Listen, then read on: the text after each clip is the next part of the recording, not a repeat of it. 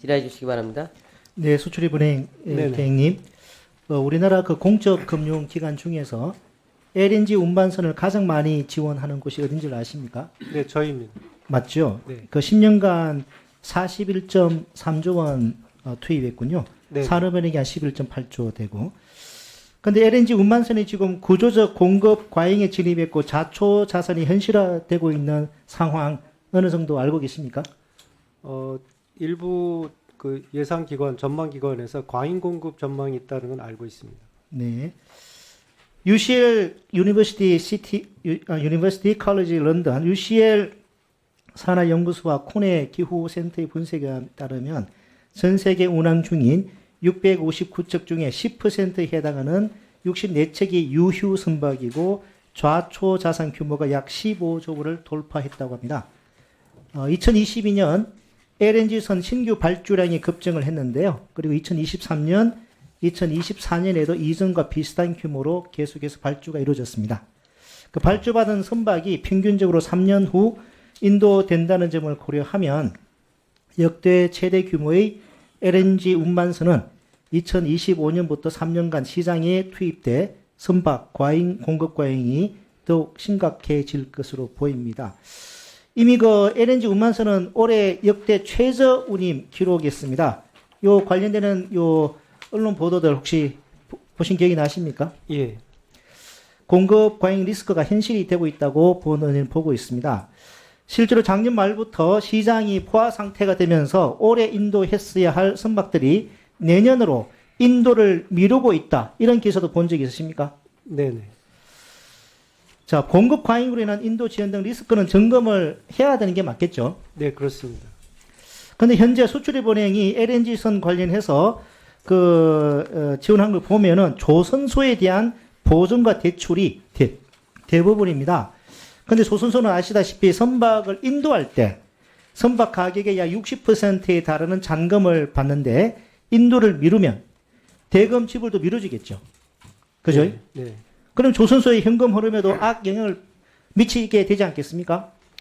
그죠? 그 리스크는 또 수출입은행에 고스란히 전가될 우려가 있지 않겠습니까? 말씀을 예, 제가 그러면 질의할 게 좀 더 많으니까 이따가 종합적으로 말씀하시도록 하시죠. 그 LNG 운반선 관련한 해운사 지원 형태도 문제가 많다고 보입니다. 최근 10년간 전체 35건 중에 6건이 장기 용선 계약이 없는 투기성 발주로 보입니다. 참 이해가 안 되는데요. 아파트에 비유하자면은 세입 예정자가 없는 아파트가 필요 이상으로 건설되는데 금융권이 돈을 많이 지원해 주는 것과 같지 않나. 말 구조적인 이유로 집이 필요한 사람이 줄어들 경우에는 아파트 업체들은 비싼 건물을 지어놨음에도 미분양으로 부도가 나지 않겠습니까? 이 조선소 해운사도 마찬가지라고 생각합니다. 그 경우에는 수출입은행도 타격을 입게 되겠죠. 저는 2010년대 조선업 불황과 같은 전철을 밟고 있는 것이 아닌가 우려됩니다. 업계에서는 이런 말이 있다고 합니다. 한국 선주가 배를 짓거나 사기 시작하면 배를 팔아야 한다. 혹시 이런 말 들어보신 적 있으십니까? 아니요, 그거는 들어본 적이 없습니다. 못 들어보셨어요? 근데 업계에서는 이런 말이 많이 이야기가 되고 있다고 합니다. 자, 더 충격적인 것은 전 세계적으로 LNG 수요가 둔화됨에 따라 LNG 운반선의 수요도 줄어들 전망인데 수출입은행은 아무런 대응도 하고 있지 않다는 것입니다. 수출입은행 해외경제연구소조차도 세계 LNG선 수요는 둔화될 전망이라며 LNG선 수요 증가율 역시 크게 둔화될 것이라 보고서를 냈습니다. 알고 계시죠? 네네. 무엇보다 LNG 수요 둔화는 기후위기 대응 과정에서 본격화될 가능성이 있습니다. 2023년 클라이밋 애널리틱스가 발표한 자료에 따르면은 미래 탄소 배출 시나리오별 LNG 운반선 과잉 공급 가능성을 분석한 결과 1.5도, 1.7도, 2.4도 세 가지 시나리오 모두 LNG 운반선의 실제 수요에 비해 과잉 공급인 것으로 나타났습니다. 특히 2.4도 시나리오, 즉 기후위기 대응을 하지 않고 현재 상황을 그대로 유지하는 시나리오에서도 과잉 공급인데 탄소 중립을 달성한 시나리오를 적용하면은 2035년에 154% 공급 과잉이 되어 리스크가 더욱 커진다는 것입니다. 그런데 수원은 이와 관련한 대비가 충분하지 않은 것 같습니다. NGFS 그러니까 기후 변화 대응을 위한 전 세계 중앙은행 및 감독 기구가 설립한 협의체죠. NGFS 시나리오를 적용해 차주 기업의 보도율 변화를 추정하고 있다고 하면서도 산업별, 품목별 리스크는 분석하고 있지 않다고 답변했죠. 그죠? 답변은 그렇게 돼 있지 않습니까? 네. 또 선박에 대한 금융 배출량 측정도 하고 있지 않다고 답변했습니다. 그런데 금융 지원 결정 이전 단계에서 LNG선의 공급 과잉과 기후 리스크 평가는 제도가 있어야 할 것 같은데요. 시장 전망 분석 없이 도장 찍기식으로 투기 발주를 부추겨 온 것과 다름없는데 공적 기관이 너무 무책임한 거 아닙니까? 심지어 그 결과가 반복적인 부실로 이어지고 있는데 그동안 보안 분석이 있긴 있었습니까? 보안 분석 한 적이 있습니까? 답을 하지 못하시는 분들이 없는 것 같은데요. 있으면 이따가 추가 질의 지금까지 제출해 주십시오. 아까 말씀 영국 UCL 에너지 경제 연구소 LNG선을 자초 자산 리스크가 가장 큰 높은 선종으로 분류했습니다. 이 보고서에 따르면은 한국수출입은행은 전체 해운 포트폴리오의 50% 이상을 화석연료 운반선에 보유하고 있다. 여기서 말하는 화석연료 운반선 바로 LNG 운반선이죠. 또 한국의 화석연료 운반선 투자 비중은 71%로 전 세계 평균 24%보다 2.9배 높고 해운 투자 절반 가까이 LNG 운반선에 집중되어 있다고 지적. 그러면서 또 한국수출입은행은 화석연료 운반선의 포트폴리오를 지배하는 극소수 금융기관 중 하나. 한국의 경우 리스크가 현실화될 경우 국가와 민간 금융 부문 모두에 더 심각한 영향이 있을 수 있다고 우려를 표했는데 혹시 이 UCL 연구 결과 보고서 내용을 알고 계십니까? 이거는 제가 처음 들었습니다. 이렇게 중요한 이렇게 뼈아픈 지적을 하고 있는데 처음 들으셨다고요? 참 걱정이 됩니다. 국제적으로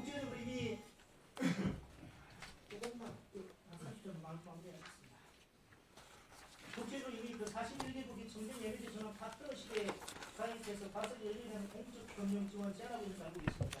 네. 덴마크 수출 신용기금 2020년부터 LNG 선박 금융 분야했고요. 유럽 투자은행, 영국 수출은행 2021년부터 동일한 조치 취했습니다. 독일 재건은행 2022년부터 화석연료 프로젝트 금융에 연도를 한도를 두고 단계적으로 축소하고 있습니다. 알고 계십니까? 네. LNG 연소 시점 배출량 석탄보다 낮지만 전 생애 주기 배출량 석탄하고 비교해서 어떻습니까? 전 주기에 걸치면은 상당히 비판받는 것으로 알고 있습니다. 상당히 예민하게 답변하시 이 부분 중요한 거니까 일단 보증주에 추가하는 거 제가 들어가겠습니다. 네, 수고하셨습니다. 조금 답변을 예, 답변하십시오. 예. 먼저 이제 LNG선 관련 저희 지원이 많은 이유는 저희 조선산업이 그나마 중국과의 조선산업 경쟁에서 경제 우위를 갖고 있는 것이 LNG 운반선이기 때문에 그렇습니다. 첫 번째 이유는 지원 명분은 저희가 충분히 갖고 있다고 생각합니다만 이제 두 번째로 그러면 위험하지 않느냐라는 이제 우려를 해주셨습니다. 저희가 LNG선 관련 신용 환산 금액을 가지고 있는 게 13조 2천입니다. 13조 2천의 LNG선 관련선 여신을 가지고 있는데 그 중에 장기 용선 계약이 체결돼서 비교적 여신의 채권 보전이 안전하다고 평가할 수 있는 것이 93%에 해당하는 9조 2천억입니다. 그래서 이런 점에서 그렇게 큰 염려는 하지 않으셔도 되지 않나 이렇게 생각을 하고요.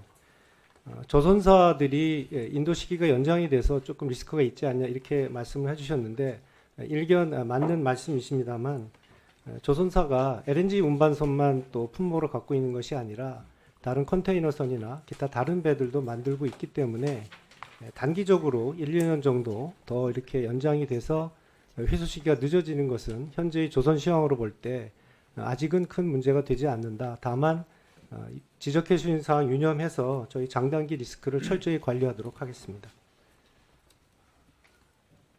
예, 수고하셨습니다. 다음은 국민의힘 박성훈 의원님. 네, 수원 대행님.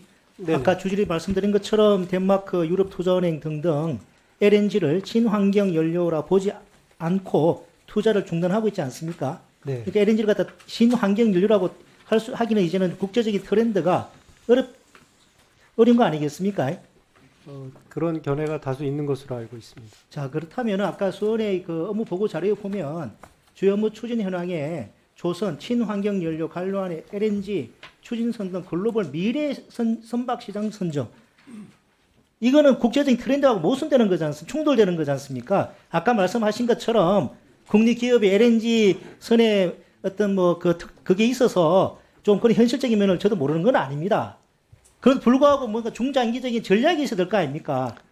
좀 그런 부분에 대해서 종감 전까지 그 의원실에 와서 좀 별도로 보고를 좀 해주시고 2010년대 들어가지고 국내 그 중소조선사가 그 대부분 문을 닫고 엄청난 위기에 초래했던 게 벌크선 등의 공급 과잉에 제대로 대응을 하지 못하고 마구자기식으로 수주를 한 걸 방치했기 때문 아니겠습니까? 종감 전에 요 관련해가지고 별도로 의원실에 와서 좀 그 같이 한번 보고 한번 상의를 해봅시다. 네, 알겠습니다. 예, 그 수원 행장님 그리고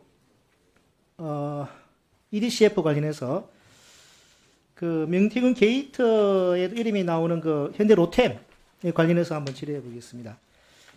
그 우리나라 내년 대개도국 차관 예산 1조 6천억 중에 현대 로템이 수장 사업이 전체 몇 퍼센트 정도 되죠? 24%입니다. 네. 전체 그 사업 개수가 163개인데 로템이 수장 사업이 단 4개가 전체 24% 차지하고 있습니다.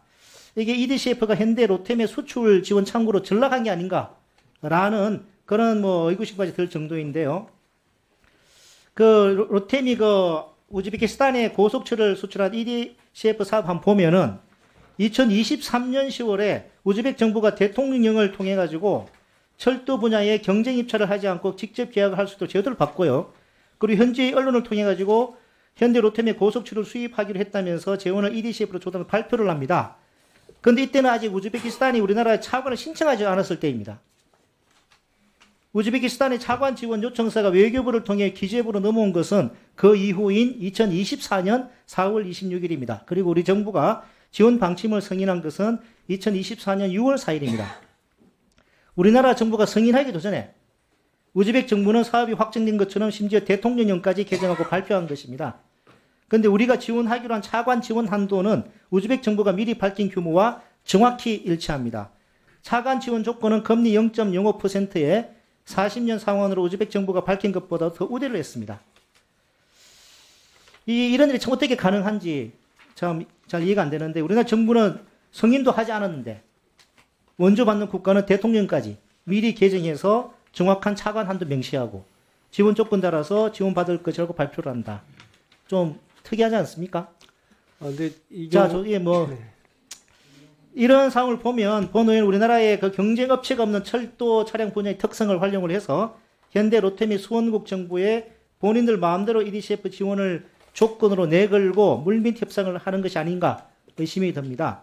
그렇게 해서 성사만 되면 어차피 우리나라에서는 철도 차량을 수출하는 기업은 현대 로템밖에 없기 때문에 EDCF를 지원해도 경쟁 없이 수주할 수 있고 또 정부 입장에서도 수출 실적이 생기는데 거절할 명분이 없기 때문이죠. 행정님, 그런데 불구하고 EDCF가 현대 로템의 사금고는 아니지 않습니까? 네, 아니죠. 그렇지 않습니다. 네. 자, 현대 로템 원조 자금만 사용하는 것도 아닙니다. 탄자니아에 수출할 때는 수출입은행의 여신을 또 지원받았습니다. 이때 특별 개정 지원 제도까지 이용해서 또 수원은 현대 로템을 지원합니다. 그런데 본의원이 이러한 점을 보도자료를 통해서 지적을 하니까 현대 로템 어떻게 반응을 했느냐. 높은 국산화율을 기반으로 국내 중소협력사와 함께 신규 시장 개척에 나서 생태계 발전에 기여한다라고 반박을 하더군요. 자, 근데 현대 로템이 생태계 발전을 기여했는지 한번 살펴볼까요? 불과 지난해 하도급 위반으로 과징금을 부과받은 적이 있습니다. 게다가 하도급 중소업체에 부품 도면을 달라고 해서 과징금을 부과받고 최근에는 담합에 적발되게 됐습니다. 여기에 산재 사고까지 빈문해서 언론에 검색만 해도 줄줄이 위법행위 드러나는데 생태계를 파괴해서 냈지. 그렇지 않습니까? 저 본의는 경쟁법을 위반했거나 중대재해가 일어난 기업은 일정 기간 EDCF로 지원한 사업을 수주할 수 없도록 법을 개정해야 한다고 보는데 이에 대한 지금 현재로도 그 과징금이 누적이 되면 그 입찰 자격 제한이 가해지고 있고요. 현재 로템의 경우에는 기간은 떨어져 있습니다만 한 번은 과징금, 한 번은 제재를 받아서 현재 지금 입찰 제한 기간 중에 들어 있습니다. 제한 중입니다. 네. 아니 꼭 기간이 제가 알기로는 지금 11월까지로 알고 있습니다. 11월까지 제한이 돼 있다고요? 네. 아, 그거는 과징금 부과나 그런 식으로 네. 예. 그러니까 대통령께서 하도 그 불공정 그리고 산재 건절 강조하고 계시지 않습니까? 네, 맞습니다. 이런 부분들이 EDCF 이런 지원하는 데 있어서 철저하게 좀 관철되기를 바랍니다. 네, 유념하겠습니다. 네, 장 의원님 수고하셨습니다. 다음은 존경하는 유상범 의원님 질의입니다. 네, 조폐공사 사장님. 네. 그 조폐공사는 그 화폐 유가 정권 등 그 국가적 중요 물품 제작하는 기관으로 국가 중요 시설 해당해서 경비업법에 따른 특수경비 대상이죠. 네, 맞습니다. 근데 제가 조폐공사 특수경비 자회사 컴스코 시큐리티 노동조합분들 만나서 얘기를 들어보니까 같은 국가 중요시설 특수경비 업무를 담당하고 있는데도 아까 존경하는 최기상 의원님께도 잠깐 언급하셨습니다만 다른 공공기관의 경우와 비교해서 너무 낮습니다. 월급이 많게는 170만 원, 160만 원, 적게는 70만 원 차이가 나거든요. 이 상식적으로 납득이 잘 안 됩니다. 이 조폐공사 경비가 한수원, 한국전력공사, 동서발전, 전력그룹보다 특별히 뭐 더 쉽습니까? 다 똑같은 거 난이도 있는 경비 업무 맞죠? 예, 맞습니다. 조금 설명 예, 좀 예. 자, 그 PPT 한번 보십시오. 공공기관의 특수경비 자회사 임금 현황입니다. 채용 공고 금방 말씀드렸고 또 채용 공고를 봤더니 자격 요건도 대부분 비슷합니다. 알고 계시죠? 네, 알고 있습니다. 동일같이 동일 노동 아닙니까 이거? 대통령께서도 같은 노동이 다른 대우를 받는 현실의 근본적인 변화와 정책선도 입법적인 노력이 함께 이루어진다 말씀하신 거 알고 계시죠? 네, 알고 있습니다. 같은 경비 업무를 하고 있는데 이렇게 월 160만 원, 70만 원 차이 나는 현실 이 맞습니까 이거? 그 이 원인은 관련해 가지고 네, 그 지금 아까 뭐 연구 용역 하고 계신다고 네. 들었습니다만은 그 실질적인 대책이 될 수 있는지 의문입니다. 제가 자료를 보니까 지금 다른 공공기관 특수경비 자회사는 임금 항목의 식대가 현금으로 지급되는데 컴스코 시큐리티는 자회사 용급 1인당 식대가 14만 3천 원 책정돼 있음에도 현금이 아닌 현물 식사 제공으로 강제되고 있죠. 알고 계시죠? 그거는 전 직원이 똑같습니다. 구내식당이 있습니다. 그러면 저 조폐공사는 어떻습니까? 조폐공사 직원들도 구내식당 이용합니다. 그 현금으로 지급 안 되고 있습니까? 예, 그렇습니다.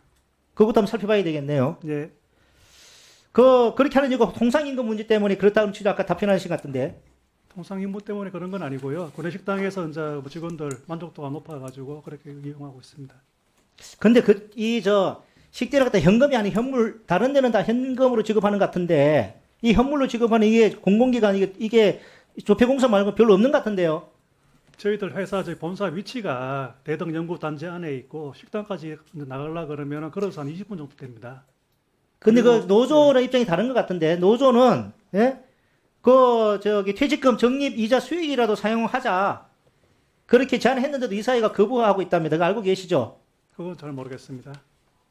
아니, 이 자회사 조폐공사 100% 출자 회사 아닙니까?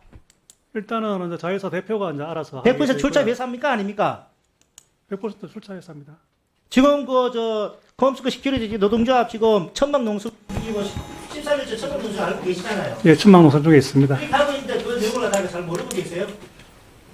그리고 사장님, 아까 이 노조에서 지금 사장님은 교섭하자는 것도 아니고 자신들 요구안을 한번 수행해 달라고 한번 만나서 이야기를 해보자고 그 요구를 하고 있는 것 같습니다. 근데 아까 사장님께서는 노란 봉투법이 내년 3월 10일에 시행이 되기 때문에 그때 가서 만나겠다고 말씀하셨는데 3월 노란 봉투법에 하면 교섭 단체 대상이기 때문에 이제 네. 사장님 그때 가서 만나야시겠다는 거지 않습니까? 예, 그렇습니다. 그래서 지금 노조가 지금 교섭하자고 만나자고 하는 게 아니잖아요. 자기들 요구한 그냥 수령해달라고 하고 만나서 이야기해보자고 교섭을 원하는 게 아니지 않습니까? 그거하고 만나 주시는 게 그렇게 어렵습니까? 제가 줄 게 있는 게 없습니다. 예? 제가 협상할 수 있는 게 없습니다. 지금 협상하자는 그런 게 아니라니까요. 맞지 않습니까? 지금 협상을 못해요. 지금 협상으로는. 한번 만나주시는 것도 그렇게 안 되겠습니까? 그건 좀 더 생각을 해보겠습니다. 사장님, 만나면 제가 사장님 그 임명 계실 때 언론 기사를 보니까 탁월한 기획력과 업무 추진력, 조직 관리 능력을 경비한 전통 경제관리라고 소개가 돼 있으시구만요. 대통령실 경제수석실에도 근무를 하셨고 기재부 고위 관리도 하시지 않습니까? 교수 하자는 게 아니라 한번 만나봐 달라는 건데 그럼 좀 만나주시면 안 됐습니까? 그건 조금 더 좀 만나주세요. 네. 좀 대답 좀 해보십시오. 이미자 위원장님께서도 한국노총 출신으로서 얼마나 노동자의 권익을 위해서 이렇게 노력을 많이 하고 계십니까? 좀 대답 좀 해보세요, 진짜. 적극적으로 대답하세요. 이 문제에 관해 가지고는 저기 조폐공사 노조하고 또 자회사 노조하고 또 입장이 또 다릅니다. 아, 그래도 다를 수도 네. 있죠. 근데 주라는 거죠. 아니 한 만나라고 하는데 그게 한번 만나주는 게 그렇게 어렵습니까? 교수 과정도 아니고